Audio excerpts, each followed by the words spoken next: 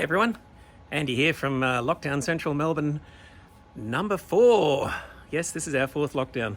Anyway, what am I doing here? I'm using the time valuably as best I can and updating you on the journey with the Stellarmate, automation and getting this big beast to work while I'm sleeping. So mostly it's been all good, but we did run into some problems. And one of the problems that I had was suddenly I started getting dropouts with the focuser and indeed a couple with the camera itself. And it was really hard to try and figure out what's going on. I sent messages of support to Jason at Stellarmate, and he was fantastic in trying to diagnose it. I was on forums with all kinds of people there on Facebook and so forth, but ultimately it was a good buddy of mine who he came over one afternoon and had a good look at the thing and thought, you know what, not sure exactly what your problem is. Let's try using my system, which is running on something called Voyager, and we'll see if it, if it's a hardware problem and if we can solve it. So he brought over his NUC, which is driving Voyager, which is an automation program which is written on Windows. So that's not native to me. I'm a kind of a Mac guy. But I must admit, this software is pretty darned awesome. Within a couple of hours, he had the whole thing up and running with all the drivers and everything working perfectly.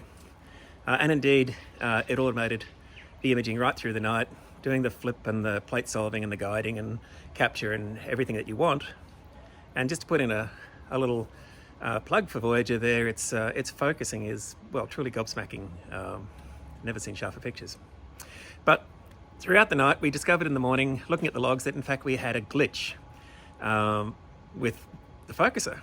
And so we thought, okay, the same glitch is common to Voyager and Stellarmate, so it must be perhaps it's a hardware issue. And indeed, turns out it was. It was this. This is a USB hub, a powered USB hub. And previously, I had that sitting up on top here, where the Stellarmate currently is, and everything was powered up into that, and then the Stellarmate and so forth were running down here. So we bypassed the hub the next night just to see if it would make a difference, and fortunately all the connections that I need are on the back of the little Raspberry Pi here to drive the focuser and the camera and the mount and the guider. So there was just enough USB ports there. And you know what? It ran perfectly. Absolutely perfectly. So this, well, you know what you do with these?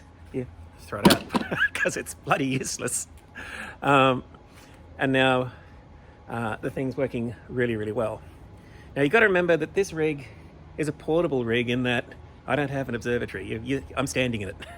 It's next to the swimming pool, which means that every time I want to image, I've got to bring all this stuff out and set it up.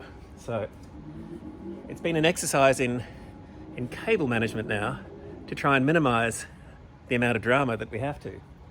But currently, as you can see, this thing will now do a meridian flip, unattended, no worries about cable snags, etc., etc. And by no means is this cabling, well, as neat as I'd like it, or perfect yet. And when my buddy comes out of lockdown to join me, we'll make the whole thing kind of all shrouded and pretty like this, rather than this slightly Franken cabling system, which might have villagers and pitchforks running after me. But what I'd really like is just one joint here, where everything just plugs into a master connection, so I can literally just unplug that and pick up the scope and walk inside and park it on cloudy and wet nights, and then bring it out here the next time it's clear, plunk, plug it back in, and away we go. So feel free to drop a comment below if you know of some kind of a connector that will hook up everything that I need. So there's power to the Pi, power to the focuser and the Dew controller and the camera, and of course everything else is pretty much taken care of. But then there's the guide cable, the camera cable, the focuser cable, the Dew heater cable, and indeed my Ethernet cable, which runs to my home network. So eventually we'll likely get a Wi-Fi little antenna thing here to bypass that. but at the moment the Wi-Fi works really, really well on what is probably a 35 meter cable, which is pretty easy just to plug it in. So where are we at with all that? Well, what I'm really enjoying about the automation journey now is I can cook dinner for the family, watch a movie, anything I want really, and just log in to Stellarmate via the laptop upstairs and look, oh yeah, it's still focusing, it's still doing its thing, it's happy, it's plate solved, it's going to do a meridian flip in a little while. That's cool, I'm going to bed. Because it does all that. And it does it really, really well. And it's, you know, pretty fair old bang for your buck because it's not a lot of money to spend on a Raspberry Pi and the operating system. Took me a little while to get it all working, but that's probably more me being maybe not quite as, shall we say, technically savvy as some. That's because I'm creative, but I can learn to be technical if I have to. So we're getting there. Imaging wise, look, it's been pretty terrific pumping out the images now. We've got the optical tube assembly.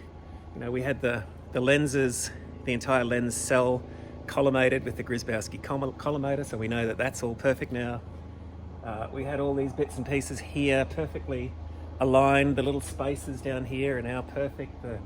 The actual camera sensor, which had a little bit of tilt in it, we've managed to straighten that up now using a very clever laser beam technology by my friend Diego at Sidereal Trading. I'll put the link in below there in case you ever want to have a chat to him about that, because that's a game changer. And it's all good. I've ordered a reducer for the telescope now. It's a TOA35 reducer, which will cover the frame of this nicely. It'll bring this whole thing from 1 meter back to 700 millimeters in focal length, and it'll drop it from f7.7 to f5.4. That's about a full stop faster and wider, which means different targets, wider field of view, and more fun to play with. So that's kind of a bit of an update on what I've been doing with this beast. But I'm happy to say that now that it's all working so well, you can see some of the more recent images that I'm really, really happy with. They're, you know, perfectly sharp and amazing, and you know, it just gives us a chance to reflect on the wonderful things that we can photograph up there in the heavens. So that's it from me for today. Thanks for watching. Stay safe. I'll pop a link to my website and all the new photos in the comments below. Hope you're doing well. Take care, everyone. Clear skies. Cheers.